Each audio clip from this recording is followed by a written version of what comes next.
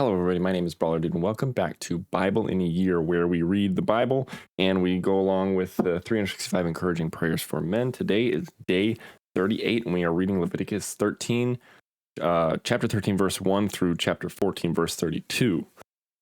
So we are going to get into our reading today, starting with Leviticus 13. And the Lord spoke to Moses and Aaron, saying, "When a man has on the skin of his body a swelling, a scab, or a bright spot, and it becomes on the skin of his body like a leprous sore, and he shall be brought to Aaron the priest, or to one of his sons the priests.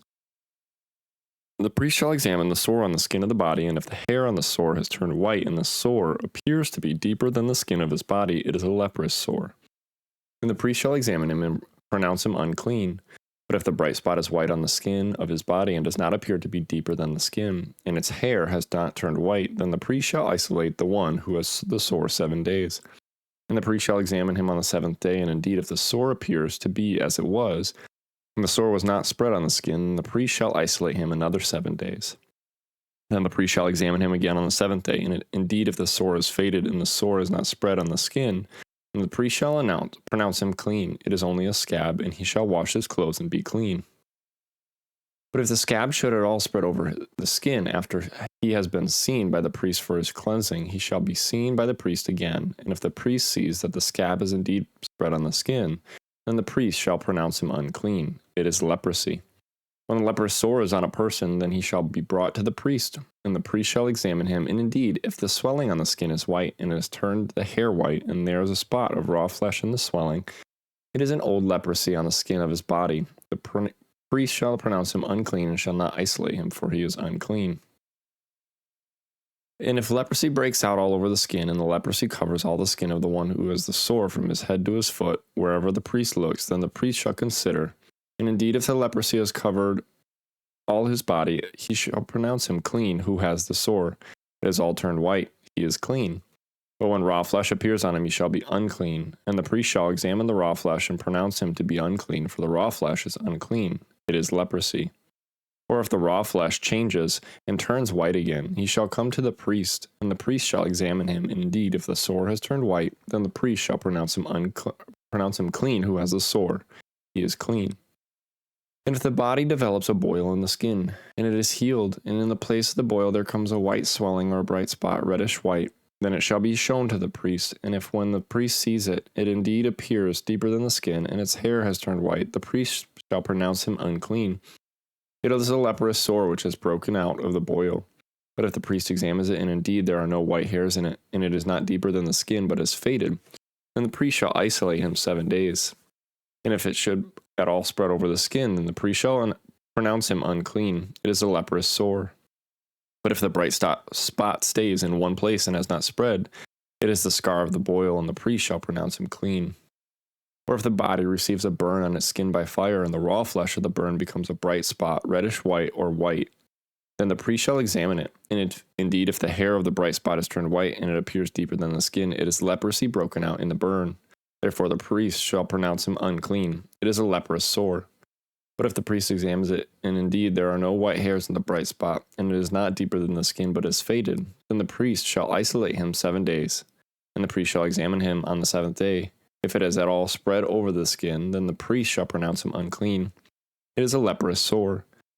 But if the bright spot stays in one place and has not spread on the skin, but has faded, it is a swelling from the burn. The priest shall pronounce him clean, for it is the scar from the burn. If a man or woman has a sore on the head or the beard, then the priest shall examine the sore, and indeed if it appears deeper than the skin, and there is in it thin yellow hair, then the priest shall pronounce him unclean. It is a scaly leprosy of the head or beard. But if the priest examines the scaly sore, and indeed it does not appear deeper than the skin, and there is no black hair in it, then the priest shall isolate the one who has the scale 7 days. And on the 7th day the priest shall examine the sore, and indeed if the scale is not spread, and there is no yellow hair in it, the scale does not appear deeper than the skin, he shall shave himself, but the scale he shall not shave. And the priest shall isolate the one who has the scale another 7 days. On the 7th day, the priest shall examine the scale, and indeed if the scale is not spread over the skin and does not appear deeper than the skin, then the priest shall pronounce him clean. He shall wash his clothes and be clean. But if the scale should at all spread over the skin after his cleansing, then the priest shall examine him, and indeed if the scale has spread over the skin, The priest need not seek for yellow hair. He is unclean. But if the scale appears to be at a standstill and there is black hair grown up in it, the scale has healed. He is clean, and the priest shall pronounce him clean.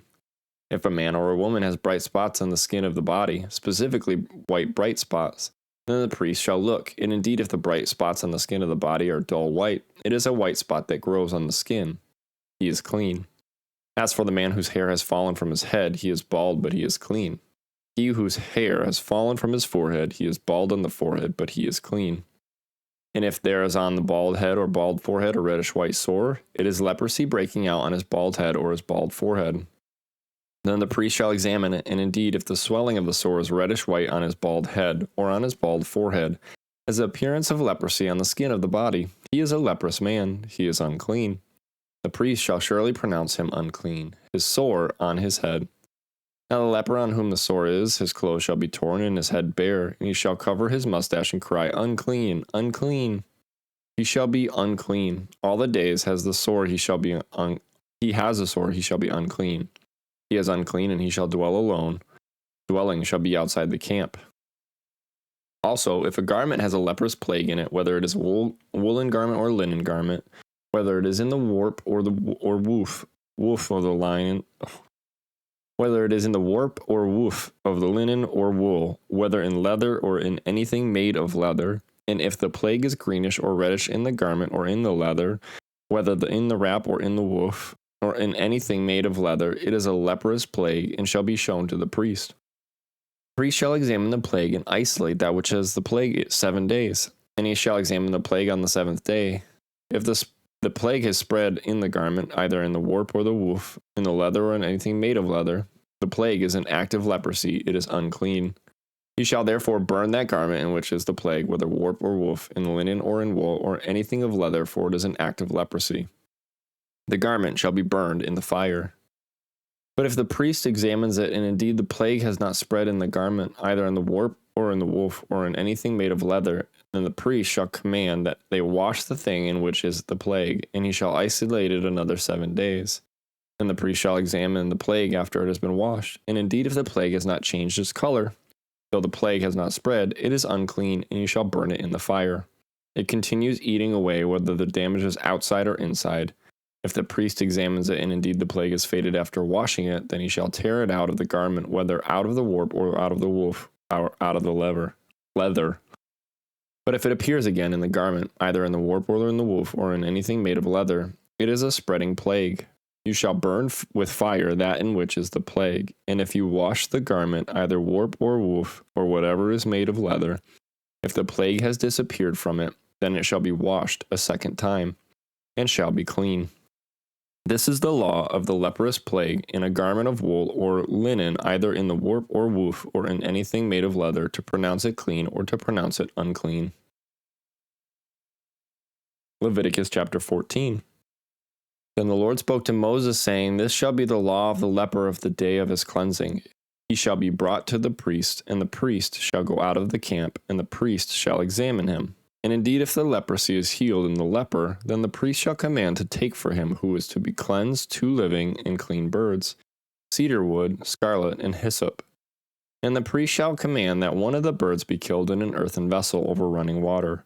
As for the living bird, he shall take it, the cedar wood and the scarlet and the hyssop, and dip them and the living bird in the blood of the bird that was killed over the running water.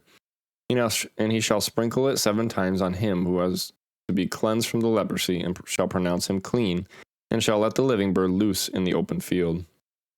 Who is to be cleansed shall wash his clothes, shave off all his hair, and wash himself in water, that he may be clean. After that he shall come into the camp, and shall stay outside his tent 7 days. But on the 7th day he shall shave all the hair off his head, and his beard, and his eyebrows. All his hair he shall shave off. He shall wash his clothes, and wash his body in water. He shall be clean. And on the 8th day he shall take 2 male lambs without blemish, 1 ewe lamb of the first year without blemish, 3/10 of an ephah of flour mixed with oil as a grain offering, and 1 log of oil. Then the priest who makes him clean shall present the man who is to be made clean in those things before the Lord, at the door of the tabernacle of meeting. And the priest shall take the 1 male lamb and offer it as a trespass offering, and the log of oil, and wave them as a wave offering before the Lord. Then he shall kill the lamb in the place where he kills the sin offering and the burnt offering, in a holy place. For as the sin offering is the priest's, so is the trespass offering. It is most holy. The priest shall take some of the blood of the trespass offering, and the priest shall put it on the tip of the right ear of him who is to be cleansed, and on the right hand of his thumb, or on the thumb of his right hand, and on the big toe of his right foot. And the priest shall take some of the log oil and pour it into the palm of his own left hand. And the priest shall dip his right finger in the oil that is in his left hand, shall sprinkle some of the oil with his finger 7 times before the Lord, and of the rest of the oil in his hand. The priest shall put some on the tip of the right ear of him who is to be cleansed, on the thumb of his right hand, and on the big toe of his right foot, on the blood of the trespass offering. The rest of the oil that is in the priest's hand he shall put on the head of him who is to be cleansed. So the priest shall make atonement for him before the Lord. And the priest shall offer the sin offering and make atonement for him who is to be cleansed from his uncleanness. Afterward he shall kill the burnt offering. And the priest shall offer the burnt offering and the grain offering on the altar. So the priest shall make atonement for him, and he shall be clean. But if he is poor and cannot afford it, then he shall take 1 male lamb as a trespass offering to be waved, to make atonement for him, 1/10 of an ephah of fine flour mixed with oil as a grain offering, a log of oil, and 2 turtle doves or 2 young pigeons, such as he is able to afford. One shall be a sin offering and the other a burnt offering. He shall bring them to the priest on the 8th day for his cleansing to the door of the tabernacle of meeting before the Lord. And the priest shall take the lamb of the trespass offering and the log of oil, and the priest shall wave them as a wave offering before the Lord. Then he shall kill the lamb of the trespass offering, and the priest shall take some of the blood of the trespass offering and put it on the tip of the right ear of him who is to be cleansed, and on his thumb of his right hand, and on the big toe of his right foot. And the priest shall pour some of the oil into the palm of his own left hand. And the priest shall sprinkle with his right finger some of the oil that is in his left hand 7 times before the Lord.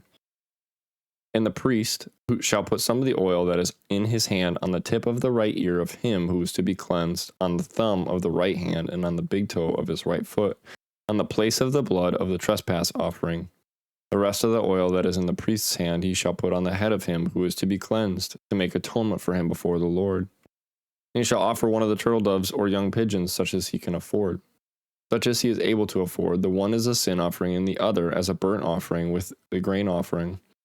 So the priest shall make atonement for him who is to be cleansed before the Lord. This is the law for one who had a leprous sore who cannot afford the usual cleansing.